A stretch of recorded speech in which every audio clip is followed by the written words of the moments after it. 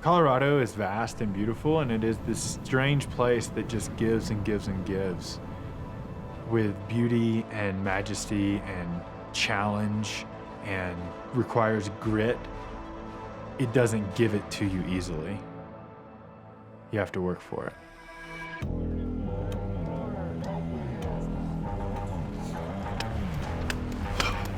I can't do it anymore. My legs and my ability to dig are just gone.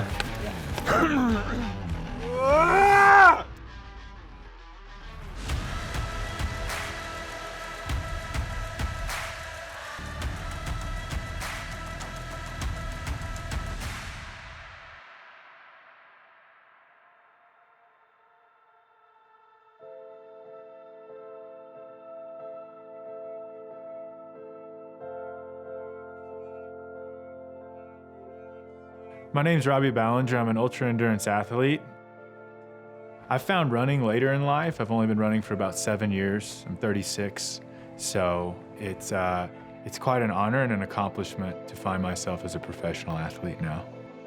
By following my passion of ultra running, I just continue to up the ante of what's possible for myself and grow as a human.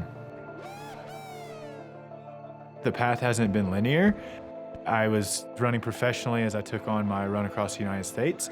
There was a lull there and where I worked for a startup, and through that experience found that I wasn't happy and needed to find again what made me happy, and through that I devised the Colorado Crush. When moving to Colorado, it provided this new place for me to push my limits and realizing how fulfilled I felt. And I started thinking about what are these big things that people in the endurance world set out on in Colorado? And it's like, well, there's the Leadville Trail Series, there's the Colorado Trail, and there's summiting all the 14ers. And then it quickly was like, can those all be done in a summer? And then that was where it was born right there. It was like, can I crush Colorado? Can I? The Colorado Crush consists of 3 components. I'm gonna run the Colorado Trail and summit all 58 peaks over 14,000 feet. And then I will bookend this with the Leadville Trail Series. So I'll start the effort with the marathon, midway through do the 50-miler, and then finish it up with the 100-miler. Every day I'll be pushing my body and mind to the limits, whether it be running anywhere between a marathon and 50 miles or summiting upwards of 5 peaks a day. I wanted to further show what could be done on a plant-based diet while exploring recovery and setting a new benchmark for Colorado. The Leadville Trail Series is no joke. The elevation is insane. You're always at 10,000 feet or more, and even coming from Denver, I was completely stopped in my tracks. 3, 2, 1.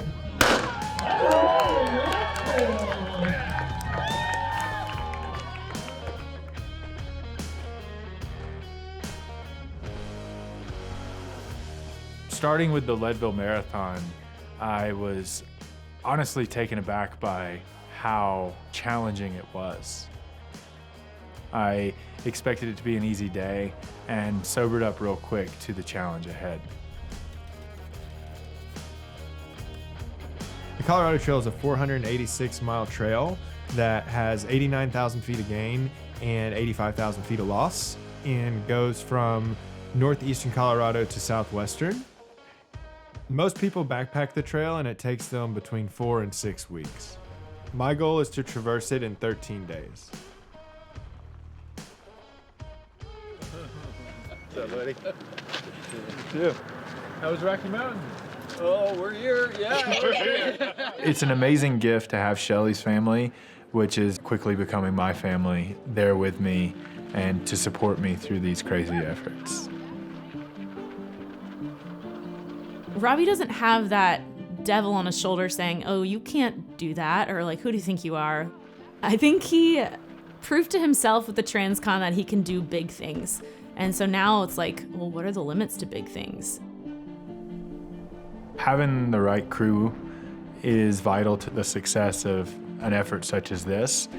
With the Colorado Trail, I just could always know I could depend on Jackie. She was just a rock and someone that assured that everything was taken care of and I would be set up for success every single day.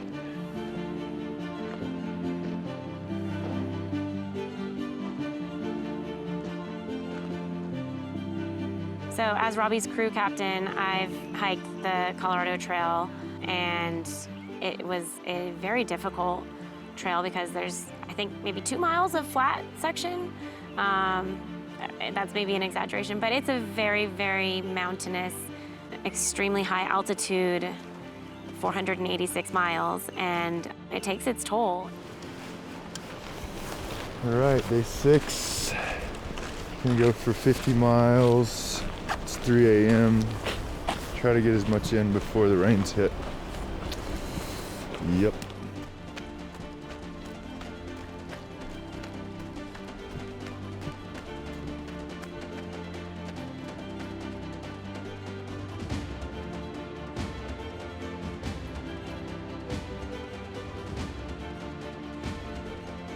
Today he'll hit 300 miles, and so he'll end the day at like 303 miles of the 485-mile trail.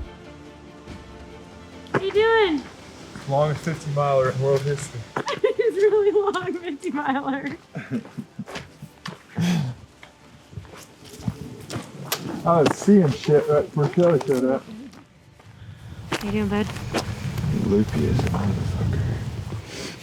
Have you eaten anything recently? Yeah, not too long ago. The Colorado Trail to me was probably the part of the effort I was most excited about initially, because it was something that I understood, going from point to point and just getting there as fast as possible. I'm really interested in getting quality sleep tonight. I think I'm gonna try to get like 8 hours and then charge through the next whatever is left, so 180 miles. Oh, feels good. Tomorrow, Robbie, is a weird day. Yeah. I think we are gonna really need to reassess what your day looks like at mile 27.7. Yeah. It's a beautiful section, but if it's raining, it could be very Nasty. very nasty. Okay.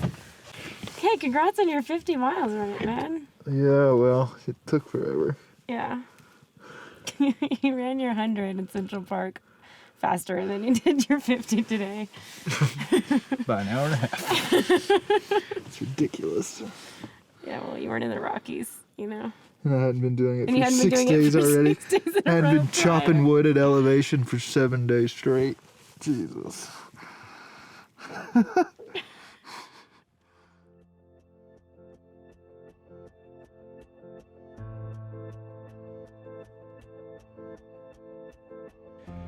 As you make your way into the San Juans, you just realize that you're in world-class mountains, and with that comes a lot more challenge. For every more beautiful peak, that's one more peak you have to climb.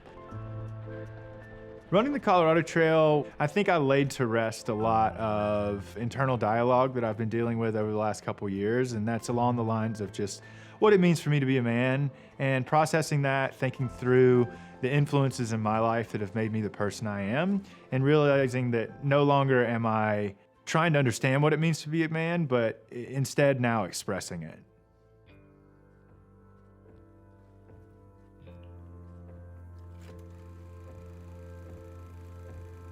My father was Terry Ballinger. He was kind of a wild man from what I hear. Everything he did it to the fullest, and he died too soon. Growing up, it was just a matter-of-fact thing. It was just this thing that had always been there. My mom did a really good job of filling both of those roles, and where she couldn't, and I had both of my grandfathers there as kind of guidance as well. But by the time I was a young man, I realized that I had a lot of questions, and I didn't understand or know exactly how to proceed. And that ended up kind of being the story of my life for quite a while, was just embodying what I thought my father was, and that would be my pursuit of being a man. And so emulating that just meant like going for it. And going for it at that time was literally just about the partying.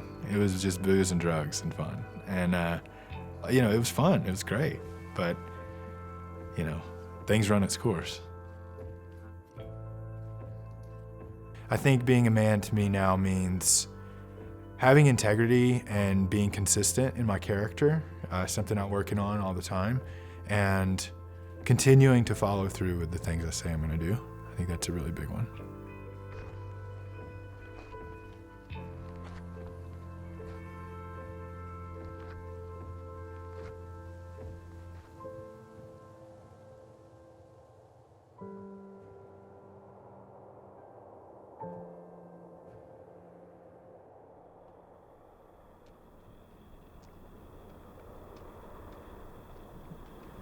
How's the fucking gauntlet? 19 hours, 30 minutes. You moved really well today. What's that? You moved really well over that today. Yeah, it's wild. There's everything in those segments. Yeah, it's like snow, fucking rivers, mountains, elk, deer, a fucking bear. How big was the bear? Big enough to scare the shit out of me. I turned my music on. I started blaring Rod Stewart, Maggie May. It did the trick. I'm glad to be here. I'm glad y'all are here. I was like, not sure how that was gonna play out. When he's out for really, really long days or really, really long runs, I don't tend to like worry right away or worry quickly, which I think is a saving grace of this whole lifestyle we lead together. It would be a lot harder if I worried about him. So it's just easier to not, I guess I should say. And there are plenty of other people that are worrying about him all the time, you know, family members. And so they're doing the worrying and I get to do the just not worrying. It's a little easier on me. How are y'all? Oh, Robbie. Oh my gosh, I can't believe it. I can't Yes, out what here a day. You doing moved. this. You moved. We were watching you Yeah, move. felt really good. It was a good day. incredible. Yeah. Today and yesterday, it's just like a gauntlet. There's just everything. There's snow, mud. A lot of those things. Yeah, you got up 13.2, It's the 13.3 highest today point or on something, the- the highest point today. Colorado Trail, yeah. Oh, my feet. Whew, Yeah, they're hurting. it's a lot of hours. God, they look terrible right now. They didn't get wet till the end either. There's some nasty shit going on with my feet. Yeah, they look tired. They look beat. They look terrible. Oh, It looked like they've been working pretty damn hard.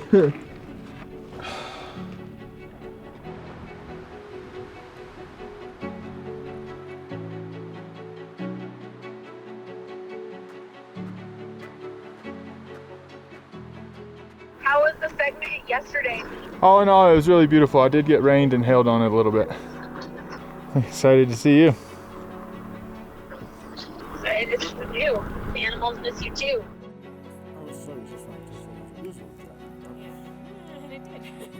A lot of what interests me in life and why I take on these efforts is to understand how to navigate time and space from a very sustainable place where not only I survive but thrive day after day. Taking on my run across America, and a lot of it was about a plant-based diet. That was the way to do it. But I found that there was still a flaw in my pursuit, and that was recovery. I wasn't able to sleep. This was causing me to every day get more and more tired. And then I found NuCalm. It's what allows me to rest, recuperate, and come back stronger the next day. And that is the quest of the Colorado Crush, is to better understand recovery and how NuCalm factors into that.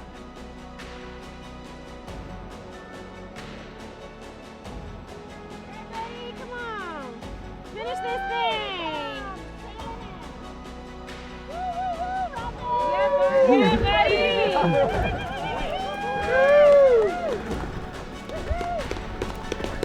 Oh, fuck.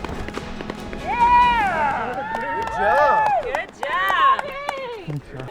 Oh, I'm so proud of you. Thank you. Right? Right? Doesn't feel fresh. Fresher than any of us. Thanks, guys. Thank you. Congrats, Thank buddy. you. Oh, Robbie. Congrats.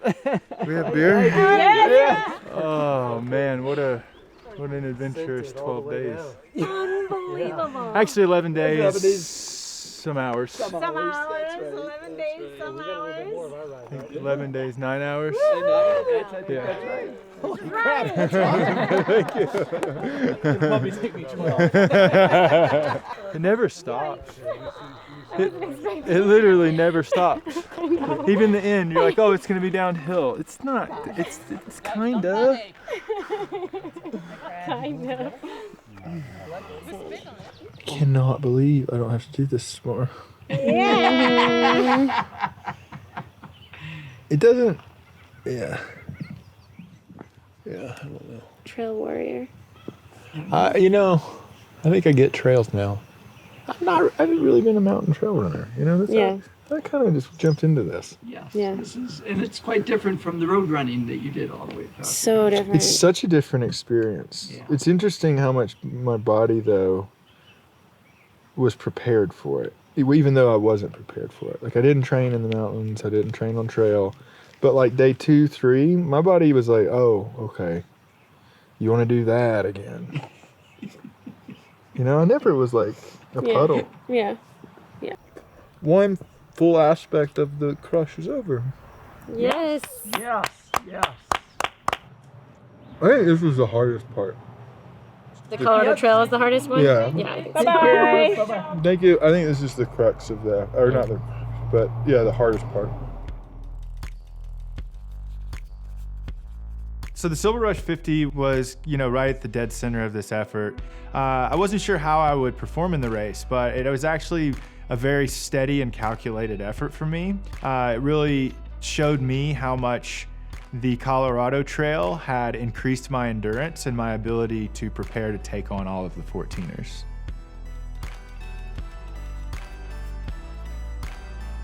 The Colorado 14ers were an integral part of this challenge because Colorado is really about these peaks over 14,000 feet. There's not anywhere else in the states that has just this abundance of such large peaks.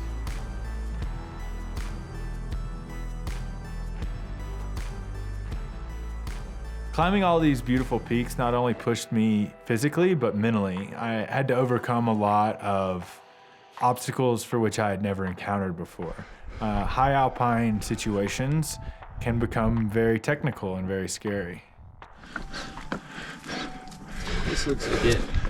Yeah, this looks fucking terrifying.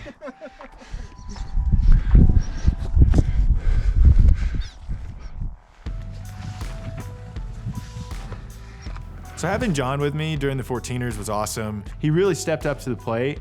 Not being an endurance athlete coming into this, he managed to do 35 of the 58 with me, which was super impressive. Did it. Nice work, Robbie. Last time I was up here, I almost got struck by lightning. I guess about 100 feet from the summit. So we're back up here to get it. John and I got stronger with every day. It actually goes against common sense. One would say that if you continue to do this day after day, you'll just wither away, though we became better and better at what we were out there to do.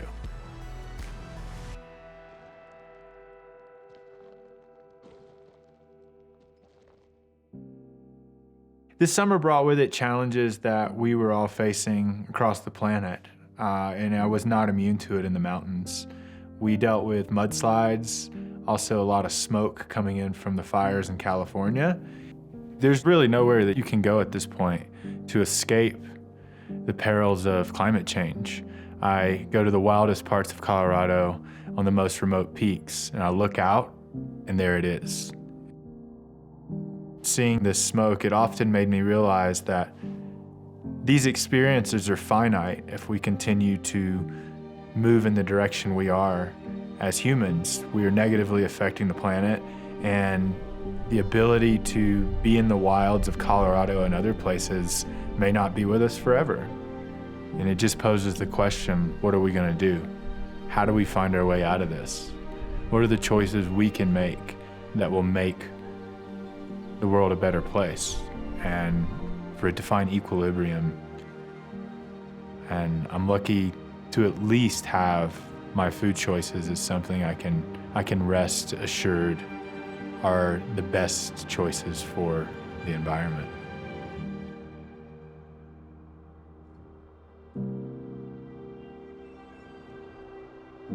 One of the drawbacks to this multi-month effort is not having Shelly with me for the majority of it. You know, her career doesn't allow her to always be there, though it also provided an incentive to get to the finish, knowing that she would be there to accompany on my last 14ers.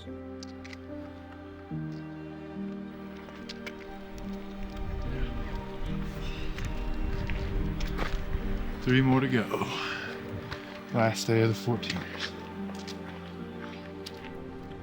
So on the very last 14er, Missouri Mountain, I had been working the night before, but I really wanted to summit his last mountain with him. So I got my car early in the morning and drove to the trailhead, and I hiked so fast up to find him at Elkhead Pass because I didn't want to miss him, and it meant so much that I could be there for his last one. Having Shelly behind the scenes dealing with logistics is something that I rely on heavily and appreciate a lot about her. And then also knowing that when she comes out, she's one of the few people that can hang with me. She's a hell of an athlete. I remember seeing him off in the distance, coming down from Mount Belford for the second time and just being like, holy shit, this is happening. Like, he's about to finish his 58th 14er in a summer. This is a bucket list that most people don't ever complete in their lives. How you doing? Oh. Hi. Hi. You're almost done. Almost there. One more. How was today? Tired. Yeah. It's like everything decided it's done. Not yet. 3 peaks too early. Can't be done yet. Nope. Still got Gotta go up there. big old Missouri. Yeah. Buddy. Hi.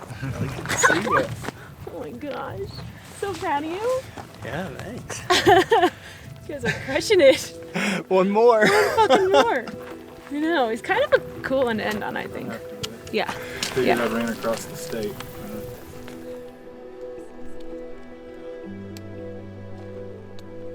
Through the Colorado Crush, I have found I'm capable of anything I set my mind to, and the key to success is to constantly continue moving forward.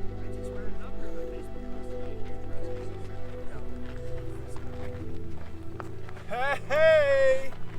Here we are. What one's this, Robbie? 58! Oh my god. Woohoo!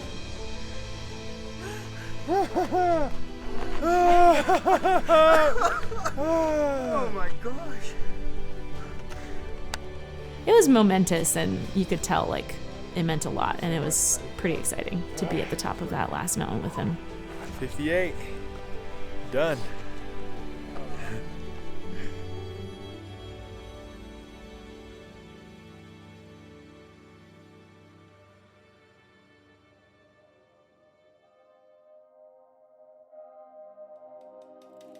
The Leadville 100.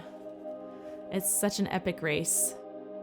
So iconic, so hard.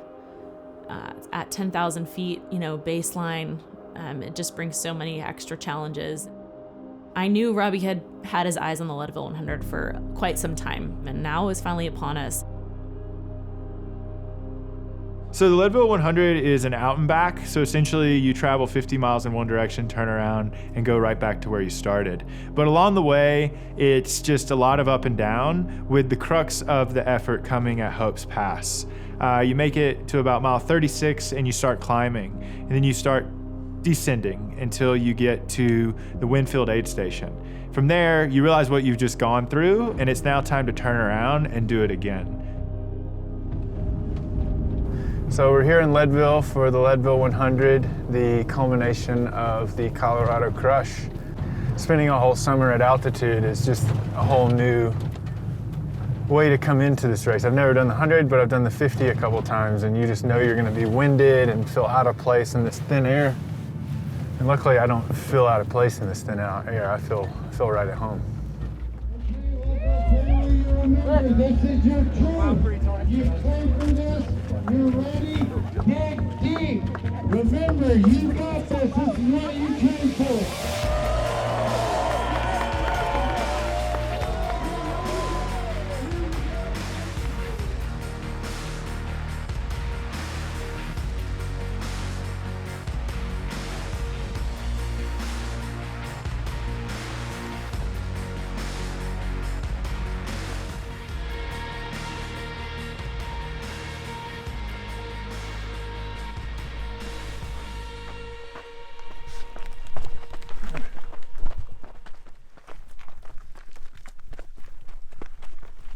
That Leadville 100 destroyed me. God.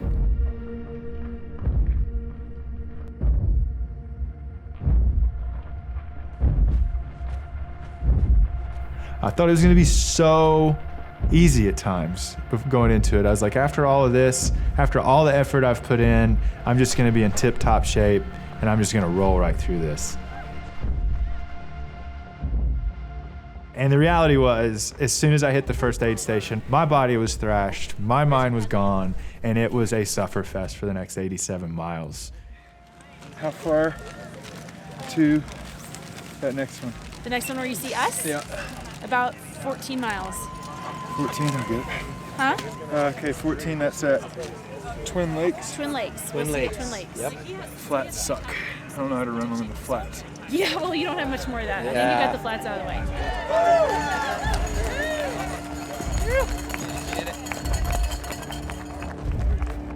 So it was pretty clear early on in the Leadville 100 that his body had worked really hard this summer. There was no taper going into the Leadville 100. I think he had like a couple days of rest. Twin Lakes is kind of like the hub of the Leadville 100. It's an important aid station because you come through there twice, and the first time you come through, you're about to take on this really daunting section of the course, which is Hope's Pass.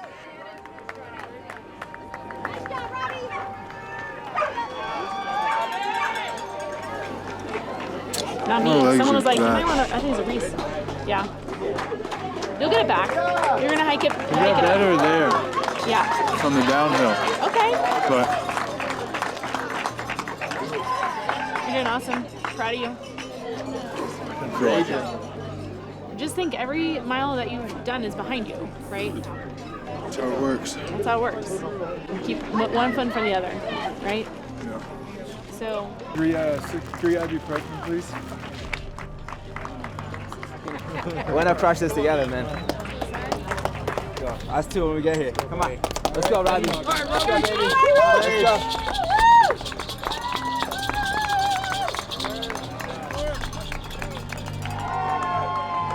It's an 11.5-minute pace. That's great. Robbie's strength is his mindset. When he puts his mind to something, there's no doubt that he'll accomplish it. And the fact that he said he's gonna complete level 100, I know he's gonna do it.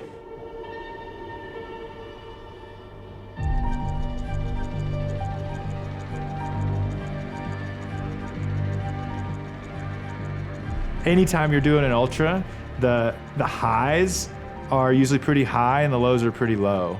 For this, it was like the highs were just super melancholy and the lows were just deep, dark pits of despair.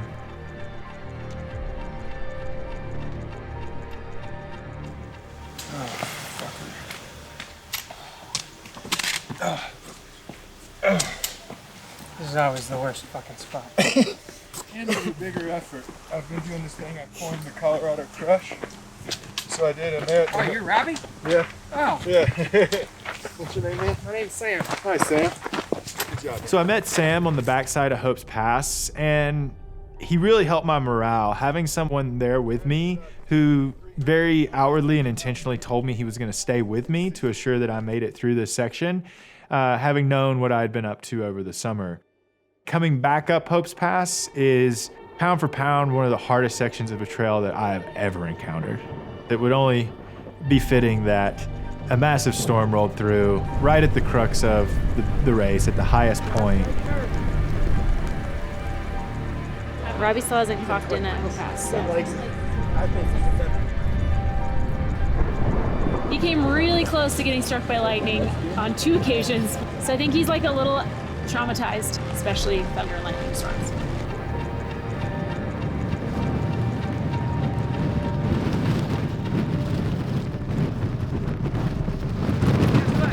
You don't have to go over 12K to get this here if you don't want to. We're ready. Good job, kids. Good job.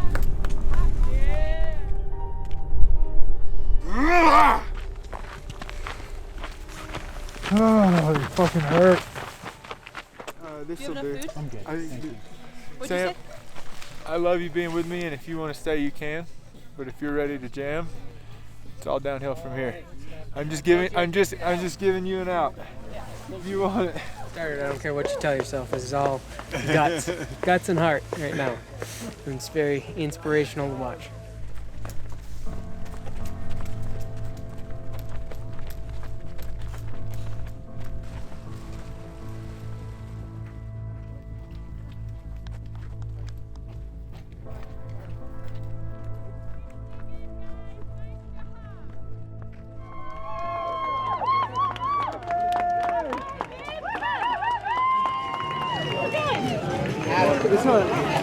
That guy who's taking me. Yeah? Yeah, he's amazing. What'd he do?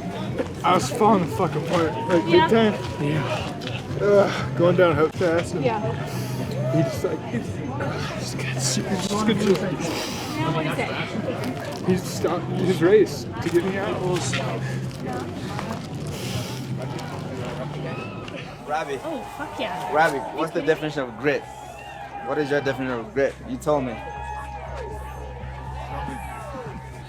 Just get into this deep, dark space in your head and just get it done. Because there's no other way out. Damn right. That was a good thing to say. Let's fucking go. Let's go. Let's go. Making your way to Twin Lakes the second time, you're at mile 62, and this is the first place where you're able to pick up a pacer. So I was able at that point to have Hella join me, and Hella was going to be joining me from there for the next 26 miles as we made our way through the night. This guy, words can't describe how awesome, how tough, how resilient he is. So after leaving Twin Lakes, Hella and I really hit a stride. There were times where we were hitting like 8-minute miles, just really flying. And with that, I started sweating a lot. And then just before the Outward Bound aid station, the temperature plummeted. All that sweat turned to cold. Yeah, we need to get him warm ASAP and get some food. It has to warm up fast. I need a lot of things. Hey, yeah, he has to get warm fast. I'm fucking freezing. You got one of the hand warmers? Where's Shelly? Yeah, let's give him this. Yeah, Where's I've been Shelly? warming up this jacket for you. Shelly is sleeping, so she can be fresh for you. You want to take off that vest, Robbie? Is there any food? Like he needs to eat. He needs to eat. I have potatoes here as soon as he gets his gloves on. Potatoes too. By this point, my body was just completely done. Everything had really added up that I had taken on over the summer. I felt so depleted and unsure how I was going to put one foot in front of the other. Yeah. Fire. Let's get him to the fire.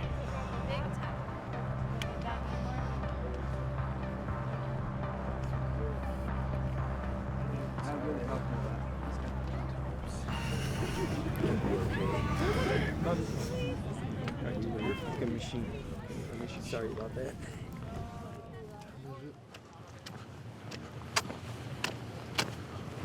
I don't think I've ever felt that way. How was that cold? Fucking cold real fast. Took over. That was too quick. How that temperature dropped.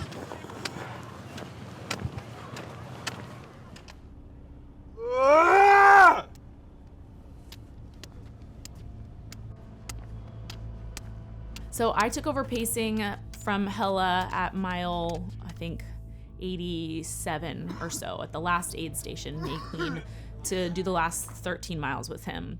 And I knew they wouldn't be fast. I didn't know how slow they would be. And I knew he'd be really struggling with some like sleep deprivation type of delirium.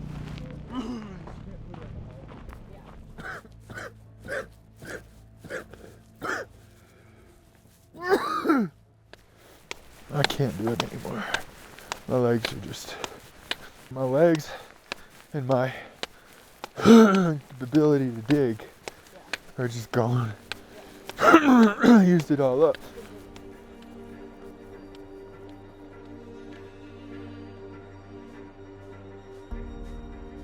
Every couple minutes, I had to like make sure he was awake, because there's actually a couple times where if he stopped for me to get something out of his pack or something, he just fell asleep and I'd have to like wake him up.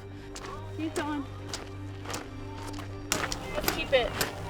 Don't close your eyes.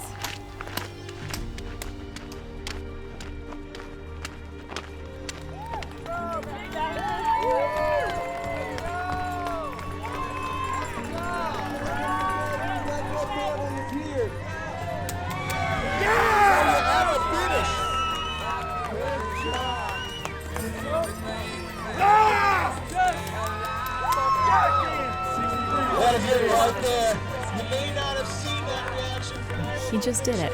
He did it. I was so proud of him.